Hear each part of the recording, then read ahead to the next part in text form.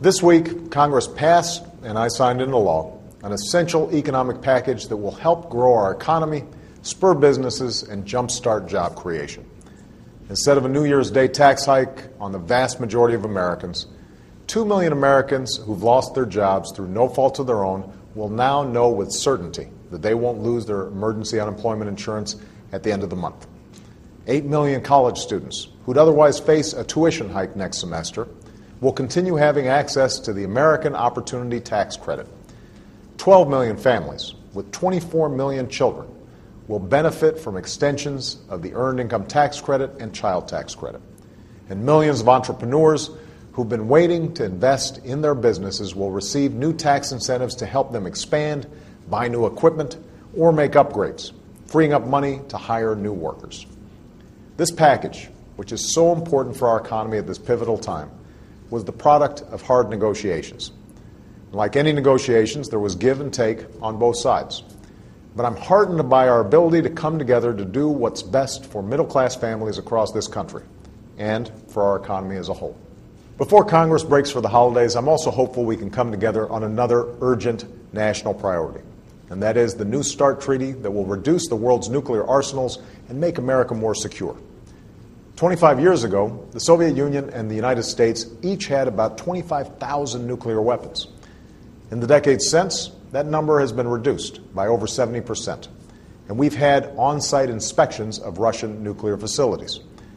That progress would not have been possible without strategic arms control treaties. During the past year, however, our old treaty with Russia expired, and without a new one, we won't be able to verify Russia's nuclear arsenal, which would undercut President Reagan's calls to trust but verify when it comes to nuclear weapons. Without a new treaty, we'll risk turning back the progress we've made in our relationship with Russia, which is essential to enforce strong sanctions against Iran, secure vulnerable nuclear materials from terrorists, and resupply our troops in Afghanistan. And we'll risk undermining American leadership, not only on nuclear proliferation, but a host of other challenges around the world. Ratifying a treaty like START isn't about winning a victory for an administration or a political party. It's about the safety and security of the United States of America. That's why this treaty is supported by both Presidents Bill Clinton and George H.W. Bush. That's why it's supported by every living Republican Secretary of State, by our NATO allies, and the leadership of the United States military. Indeed, the Vice Chairman of the Joint Chiefs of Staff, General Haas Cartwright, said this week that the military needs this treaty and they need it badly. And that's why every president since Ronald Reagan has pursued a treaty like START, and every one that has been reviewed by the Senate has passed with strong bipartisan support. We've taken the time to get this right. The START treaty has now been under review by the Senate for over 7 months. It's gone through 18 hearings. Nearly 1,000 questions have been asked and answered. Several Republican senators have come out in support of ratification. Meanwhile, further delay comes at a cost. Every minute we drag our feet is a minute that we have no inspectors on the ground at those Russian nuclear sites. It's time to get this done.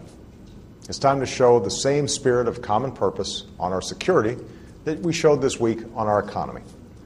It's time to remember the old saying that politics stops at the water's edge.